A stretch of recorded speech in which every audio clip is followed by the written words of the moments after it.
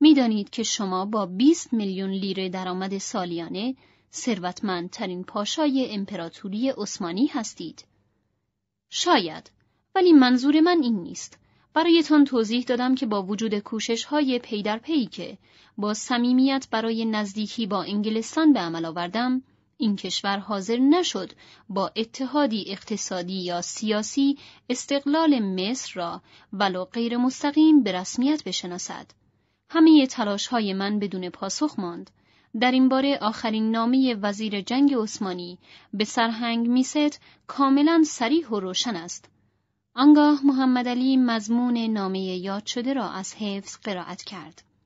تا زمانی که صلح میان اعلیحضرت پادشاه انگلستان و باب عالی برقرار است، خدیو مصر نمیتواند به شما اجازه دهد تعهداتی را عهدهدار شوید که با حسن نیتی که باب عالی رعایت می‌کند مغایر باشد. محمد علی افزود: ملاحظه می‌کنید؟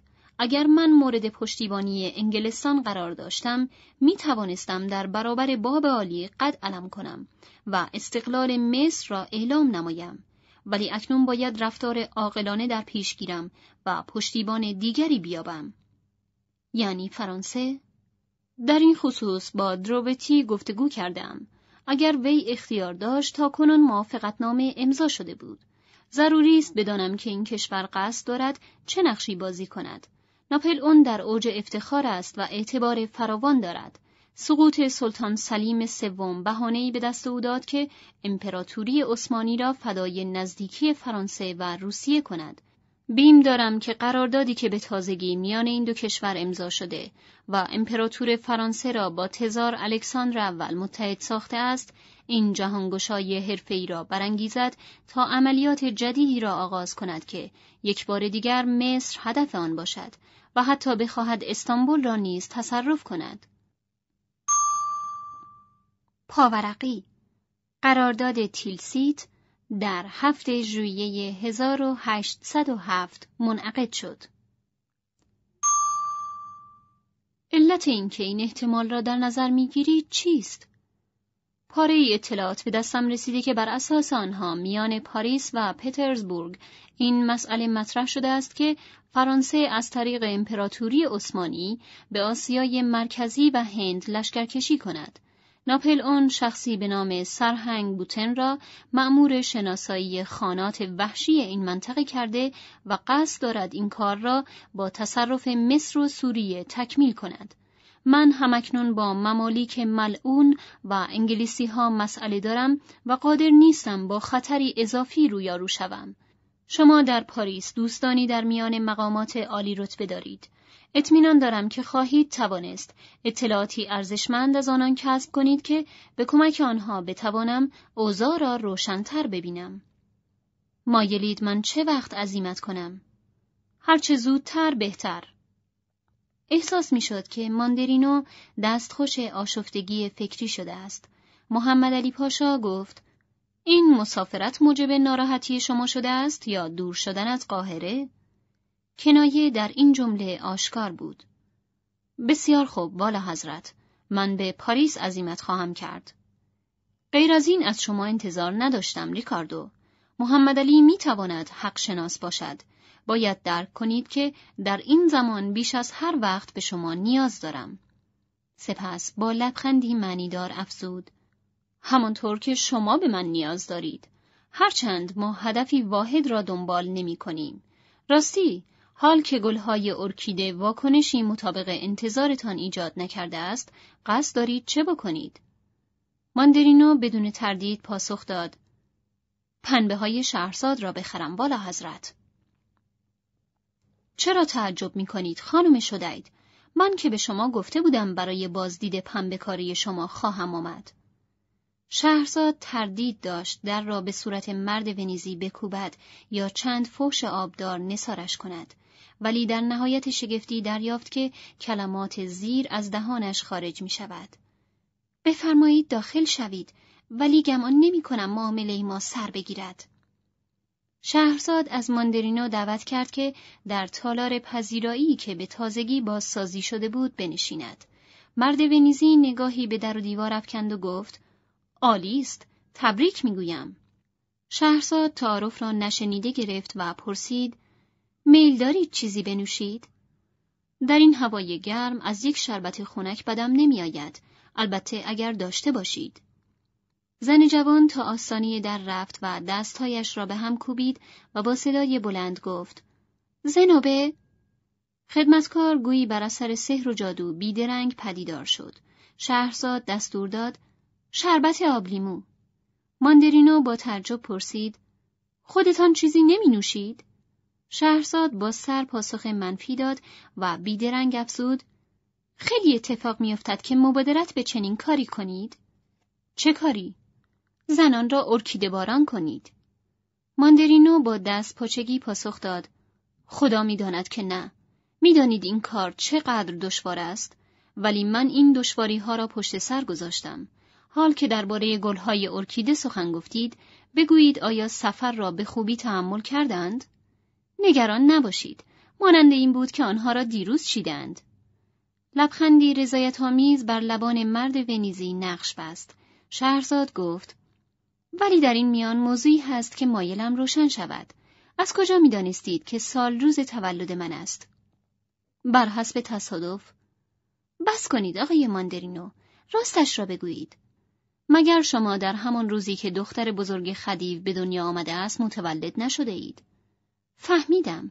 پس او در این باره با شما حرف زده است. به شما اطمینان می دهم که هیچگاه افشای رازی از جانب خدیو صورت نگرفته است. ما درباره رخدادهای تصادفی زندگی گفتگو می کردیم که او این مثال را آورد. شهرزاد نگاهی دقیق به او افکند تا ببیند آیا راست می گوید یا نه. ولی در برابر تیزی نگاهش مجبور شد سرش را به زیر افکند.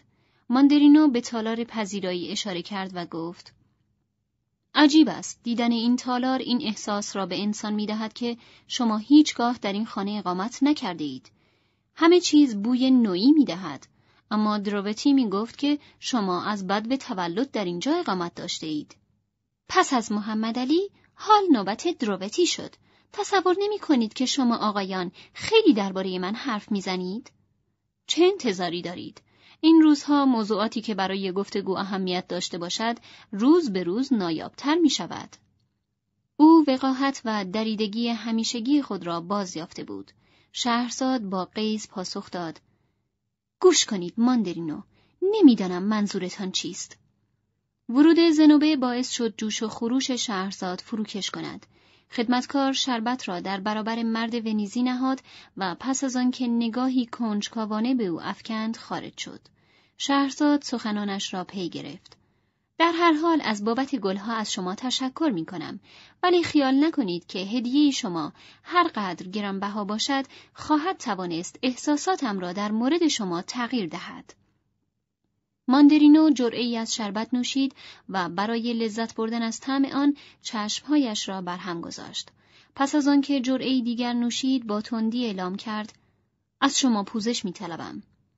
شهرزاد مبهوت شده بود. ماندرینو تصریح کرد: آری، از واژه نامناسبی که در نخستین دیدارمان بر زبان آوردم، یعنی روسبی، پوزش می‌خواهم. امیدوارم مرا عفو کنید. برایم دشوار است، چون فراموش کردم. من همیشه چیزهای بی اهمیت را فراموش می‌کنم. چشمان ماندرینو برقی زد و گفت: روسپی، شاید شما را دچار شگفتی کنم، ولی اذعان می‌کنم که برای این صفت ضعف دارم. همیشه از خودم پرسیدم که به چه علت این صفت برای زنان توهین‌آمیز است. حالا نوبت من است که شما را حیرت زده کنم آقای ماندرینو. من هیچگاه این صفت را توهین‌آمیز نیافتم. حتی میتوانم بگویم در آن نوعی لذت جسمانی میابم. آهنگ صدای او در حالی که از سخنانش نتیجه میگرفت سخت‌تر شد. در عوض هیچ کس، حتی مردی که دوستش دارم، آنقدر بی‌ادب نبوده است که مرا به این نام خطاب کند. ماندرینو رضایت داد و در حالی که چشمانش را به دوردست دوخته بود، ناگهان پرسید: شما ونیز را میشناسید؟ شهرزاد سرش را به علامت نفی تکان داد. یقین دارم آن را دوست خواهید داشت. شهری است شگفت‌انگیز. شهرزاد بدون آنکه از سختی لحن خود بکاهد گفت: چه چیز مانع می شود که به آن برگردید؟ مطمئن باشید همین که اشتغالاتم مجال دهد این کار را خواهم کرد. یقین دارم آن را دوست خواهید داشت. اگر ونیز را اینقدر ستایش می کنید، پس چرا آن را ترک کردید؟ زیرا به جز وابستگی به شهر، هیچ چیز دیگری من را پایبند نمی کرد. اندکی مکث کرد و افزود: ضمناً پای زنی در میان بود. عجب؟ وقتی با آنان عشق بازی می کنید، خیال می کنند قصد خواستگاری دارید. آقای ماندرینو، من کارهای دیگر به جز شنیدن سخنان طعنه‌آمیز شما در مورد زنان دارم. ماندرینو در یک جرعه بقیه شربت را سر کشید و از جا برخاست و گفت: حق با شماست. من برای بازدید محصول شما به اینجا آمدم. برویم. شهرزاد با اوقات تلخی از جا بلند شد و به دنبال او به راه افتاد. در حالی که به سوی کشتزارها می رفتند، می توانست احساس کند که نگاه مرد ونیزی به او دوخته شده است. نگاهی سمج و هیز. هنگامی که به مزارع پنبه‌کاری رسیدند، ناگهان رفتار ماندرینو تغییر کرد. با دقت به بررسی بوته‌ها پرداخت و در اینجا و آنجا کلمات تحسین‌آمیز و گاه انتقادی بر زبان آورد که شهرزاد آنها را در مجموع مناسب یافت. به ویژه علاقه‌اش وقتی بیشتر شد که ماندرینو درباره ماشین فشار ساخت امریکا که پنبه‌ها را بسته‌بندی می‌کرد سخن گفت. در حال حاضر فلاحان بودند که با فشار پا این کار را انجام می‌دادند. این دستگاه در وقت و نیروی کار صرفه‌جویی می‌کرد. شهرزاد گفت: باید یک نمونه آن را وارد کرد، اما چگونه؟ ماندرینو با لحنی طفرآمیز پاسخ داد: نمی‌دانم. اجالتاً کار فوری‌تری داریم. کل محصول را چند می‌فروشید؟ آقای ماندرینو، قبلاً به این پرسش پاسخ دادم. قیمت‌های من برای شما بسیار بالاست. 200 پیاستر برای هر 100 گیربانک خوب است؟ شهرزاد نهایت خویشتن‌داری را نشان داد تا از جا نپرد. قیمتی که ماندرینو پیشنهاد کرده بود 25 پیاستر بیشتر از قیمت عادی بود و سودی کلان به شمار می رفت. با این همه در کمال آرامی پاسخ داد: جالب است. اگر حافظم یاری کند شما محصول دیگری هم در مزرعه فیوم دارید. می خواهید بگویید که خریدار آن هم هستید؟ چرا خودمان را محدود به یک بخش کنیم در حالی که می توانیم بر سر کلیه محصول معامله کنیم؟ در لحنی که ماندرینو به کار برده بود، شهرزاد همان دو پهلویی را یافت که به نظر می رسید طبیعت ثانوی او بوده باشد.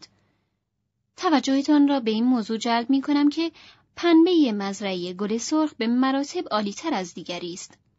25 پیاستر بیشتر؟ این بار هم قیمت پیشنهادی بیش از آن بود که شهرزاد در نظر داشت.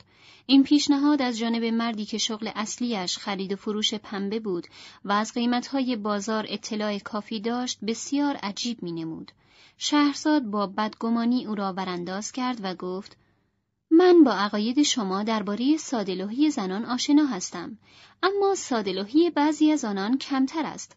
واقعا نمیفهمم نفع شما در انجام دادن این معامله چیست آقای ماندرینو؟ ماندرینو اخمهایش را در هم کشید و گفت: شما مرا به تعجب وامی دارید. شما بهتر از هر کس می‌دانید که از وقتی خدیو خودش را مالک کلیه اراضی مزروعی مصر اعلام کرده است، محصولات خود به خود به او تعلق می‌گیرد و در نخستین وهله به صادرات اختصاص داده می‌شود. بازار کاملاً در دست اوست. اگر از طریق دولت نباشد، خریدار چگونه می‌تواند محصول مورد نیازش را تامین کند؟ اشکال کار در کجاست؟ در 2 نکته. اولاً مهلت تحویل. جواب خواهید داد که برایم آسان است که از نفوذ خود نزد خدیو استفاده کنم. در همین جاست که نکته دوم پدیدار می شود. به دلایل شخصی که مربوط به نیاز به استقلال من می شود، به هیچ وجه مایل نیستم روابط مالی با محمد علی برقرار کنم. تجربه به من آموخته است که وقتی انسان با اشخاص قدرتمند معامله می کند، بهتر از چیزی نخواهد، بلکه طرف مقابل نیازمند او باشد. سپس چشمانش را قدری تنگ کرد و افزود: یک لحظه هم به ذهنتان خطور نکند که من آدم احمقی هستم. قیمت‌هایی که به شما پیشنهاد کردم به مراتب بالاتر از قیمت عادی است. ولی همه چیز به عرضه و تقاضا بستگی دارد. من به پنبه شما احتیاج دارم. همین. چه چیز باعث می شود که خیال کنید من هم به پول شما احتیاج دارم؟ من هیچ وقت چنین خیالی نکردم. تصمیم با خودتان است. شما کاملا آزادید بپذیرید یا رد کنید.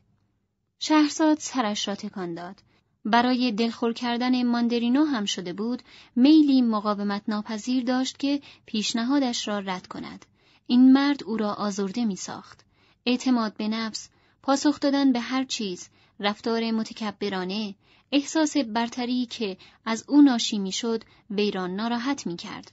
آنگاه به سودی که از این معامله نصیبش می شد اندیشید.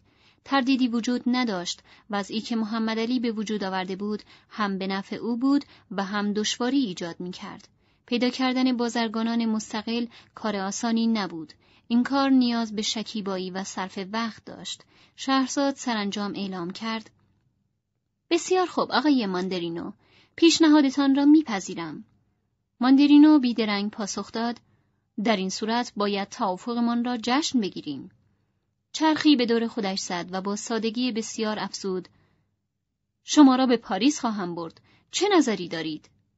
و بدون آنکه مهلت پاسخگویی به شهرزاد بدهد تصریح کرد: من از جانب خدیو مأمور شدم برای مأموریتی محرمانه به فرانسه بروم. اگر لطف کنید و همراه هم بیایید، مرا سرشار از خوشحالی خواهید کرد. سفر به فرانسه؟ با شما؟ اگر شما زیباترین شهر جهان، البته بعد از ونیز را نمی‌شناسید، به نظرم این فرصتی رویایی است. باور کردنی نبود. او واقعاً به چیزی که می‌گفت می‌اندیشید، بدتر آنکه معتقد بود. بگویید ببینم آقای ماندرینو، آیا مطمئن هستید که عقل خود را از دست نداده اید؟ ما تنها 3 بار همدیگر را دیدیم و از احساسی که در مورد شما دارم آگاهید، اما اکنون با پررویی از من می‌خواهید همراهتان به سفر بیایم. سپس چند بار سرش را تکان داد، چنانکه گویی از نامربوط گفتن مخاطبش معذب شده است. ماندرینو گفت: نمیدانم چه چیز در پیشنهادم نامربوط بوده است. اگر در گفته‌هایم کوچکترین نشانه‌ای از بی احترامی یافته اید، اشتباه کرده اید. من با کمال احترام از شما دعوت می‌کنم. به شما قول می‌دهم و فرض می‌کنم که به قول من اعتماد دارید. خواهان هیچ چیزی به جز همنشینی با شما نیستم. اگر میل نداشته باشید، حتی خواهان یک لبخندتان نیز نیستم. اگر صحبت کردن با من شما را کسل می‌سازد، حاضرم سکوت کنم و هرگاه گفت و شنود را مناسب بدانید، آماده‌ام ساعتها با شما صحبت کنم. همین و نه چیزی دیگر. در عوض کشف زیباترین شهر جهان را به شما پیشنهاد می‌کنم. جهانی نو و درخشان که از هر چه می‌توانید تصور کنید فراتر می‌رود. آیا آری گفتن به این پیشنهاد نامربوط است؟ گویی طوفانی در مغز شهرزاد برپا شده بود. پیشنهاد آنچنان نامنتظر و آنقدر دیوانه‌وار بود که به جای آنکه مطابق حکم عقل سلیم آن را بیدرنگ رد کند، دچار تردید شد و در میان قبول یا رد آن در نوسان بود. هزاران فکر متناقض به مغزش هجوم آورده بود. در این جوشش چهره سمیره نیز پدیدار می‌شد. خواهری که از مدتها پیش کوچکترین خبری از او نداشت. تنها کسی که جان به سلامت برده و آخرین فرد خانواده‌اش به شمار می‌رفت. آب دهانش را قورت داد و تند و نامفهوم گفت: این کار ناممکن است. پسرم را چه کنم؟ اهمیت ندارد. او را خواهیم برد. سفرمان 10 روز طول خواهد کشید، نه 1 روز بیشتر. امکان ندارد. بگویید آری. پاریس، نخستین سفر به خارج. سمیره، فرصتی برای اینکه اشباحی را که از زمان بازگشت به صباح دورش کرده بودند پشت سر بگذارد. شهرزاد، جواب بده. ماندرینو نام او را با آمیزه‌ای از تحکم و مهربانی بر زبان آورده بود. شهرزاد مانند دختر بچه‌ای معصوم سرش را بلند کرد و به وی نگریست. ماندرینو تکرار کرد: 10 روز. فصل 33، صفحه 513. نفیسه نگاهی خشمناک به شهرزاد افکند و گفت: تو واقعاً دیوانه‌ای دخترم. نپذیرفتن چنین مسافرت دلپذیری عین دیوانگی است. اگر جلوی خودم را نگیرم، اشک شوقم سرازیر خواهد شد. این چه حرفی است که میزنید؟ من درباره این مرد هیچ نمیدانم. افسون بر آن، تحمل او را ندارم. او نمونه هر چیزی است که از آن نفرت دارم. پرمدعاست، بی‌تربیت است. زن سفید رو دستش را بر روی لب‌های شهرزاد نهاد و در گوشی گفت: مثل بچه‌ها حرف نزن. اگر به ماندرینو احساس خاصی نداری مسئله‌ای نیست، ولی خشونتی که نشان می‌دهی به نظرم زیاده روی و حتی می‌توانم بگویم شک برانگیز است. اینطور نیست. نکند خیال می‌کنید که... هیچ خیالی نمی‌کنم. واقعیت‌ها را بیان می‌کنم. من ریکاردو را از مدت‌ها پیش می‌شناسم و قضاوت تو را درباره او بسیار شدید می‌یابم. این مرد توانسته است که سرشناس شود. در وجودش جذابیتی فوق‌العاده نهفته است. یادآور می‌شوم که تنها من نیستم که چنین عقیده‌ای دارم. محبوبیتش در میان زنان نظیر ندارد. لابد به همین دلیل برای زنان اینقدر اهمیت و احترام قائل است. آنگاه صدای ماندرینو را تقلید کرد. وقتی با آنان عشق بازی می‌کنید، خیال می‌کنند قصد خواستگاری دارید. در هر حال نفیسه خانم، موضوع برای من پایان یافته است. درباره یه چیز دیگری حرف بزنیم باشد؟ زن سفید رو شانه‌هایش را بالا افکند و قیافه ناراضی به خود گرفت و گفت: هر طور که دلت می‌خواهد، ولی تعجب نکن اگر در بازگشت از پاریس با تو روبرو نشود. خدا از دهانت بشنود، آرزوی چنین چیزی را دارم. کریم با نگاهی پرشور به شاه دخت خیره شد. دختر جوان همچون گربه‌ای خرخر می‌کرد. او پس از لحظه‌ای گفت: پسر سلیمان، تو شیطانی واقعی هستی. مگر قولت را فراموش کرده‌ای؟ اگر ادامه بدهی ناچار خواهم شد به اقامتگاهم برگردم. من که کار بدی نکردم کبوتر من. مگر مادمازل لیدر به تو نیاموخته که در عشق ورزیدن گناهی نیست؟ در حالی که کریم می‌کوشید یک بار دیگر لیلا را در آغوش بگیرد، وی به طور ناگهانی از جا برخاست و کریم را از خودش دور کرد. کریم نیز به آرامی از جا برخاست و به سوی او پیش رفت تا جایی که پشت دختر جوان به دیوار خورد. لیلا که نفس نفس می‌زد گفت: نکن، خواهش می‌کنم. کریم بی‌اعتنا به اعتراضهای دختر جوان باز هم به او نزدیکتر شد و در این فکر بود که به مقصود خود دست یابد. نه کریم، لطفاً عاقل باش. لیلا با حرکتی رمنده خواست خودش را رها سازد، ولی کریم او را محکم نگه داشته بود، به گونه‌ای که وی امکان هیچ حرکتی نداشت و میخکوب شده بود. چرا از دستم میگریزی؟ مگر نمیبینی که دوستت دارم؟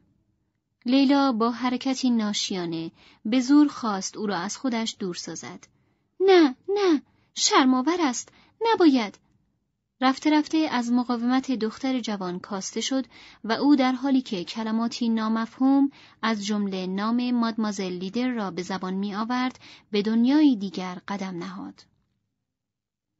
محمد علی پاشا در آلاچیقی که در خنک‌ترین گوشه باغ برپا کرده بود جای گرفت و از 3 فرزندش توسون، ابراهیم و اسماعیل خواست که در کنارش بنشینند. 3 مرد جوان به کلی با یکدیگر متفاوت بودند. توسون شیفته علوم، دارای حضور ذهن بی‌نظیر، چهره‌ای زیبا و نجابتی بیش از اندازه بود. اسماعیل فرزند ارشد قامتی متوسط داشت و در 20 سالگی از اندام ورزیده و نیرومندی برخوردار بود. بینی باریک و بلند، چشمان بادامی خاکستری، صورت کشیده که آثار آبله مرغان و ککمک در آن دیده میشد، موهای حنایی متمایل به سرخ او حکایت از این میکرد که از غذاهای خوشمزه و زنان زیبا لذت میبرد. و اما ابراهیم فرزند کوچکتر زشتی کراهت‌آمیزی داشت. خورشید که به آهستگی راه شفق را می‌پیمود، بر فراز درختان و نیمرخ هماهنگ کاخ رنگین کمان به وجود آورده بود. خدیو با نظاره کردن آن صحنه اظهار داشت: من این ساعت از روز را ترجیح می‌دهم، چون در این لحظات هوا لطیف و خنک و رنگ‌های تند ملایم می‌شوند. وی با دیدن باغبان که در حال عبور بود او را صدا زد: ابوالورد! مرد بیدرنگ به آن سو آمد. در برابر اربابش زانو زد و دست او را بوسید. امیدوارم که از درختان آلویی که از اروپا آورده‌ام با دقت مواظبت کنی، به خصوص از درختی که نخستین میوه را داده است. وای بر تو اگر بلایی بر سرشان بیاید.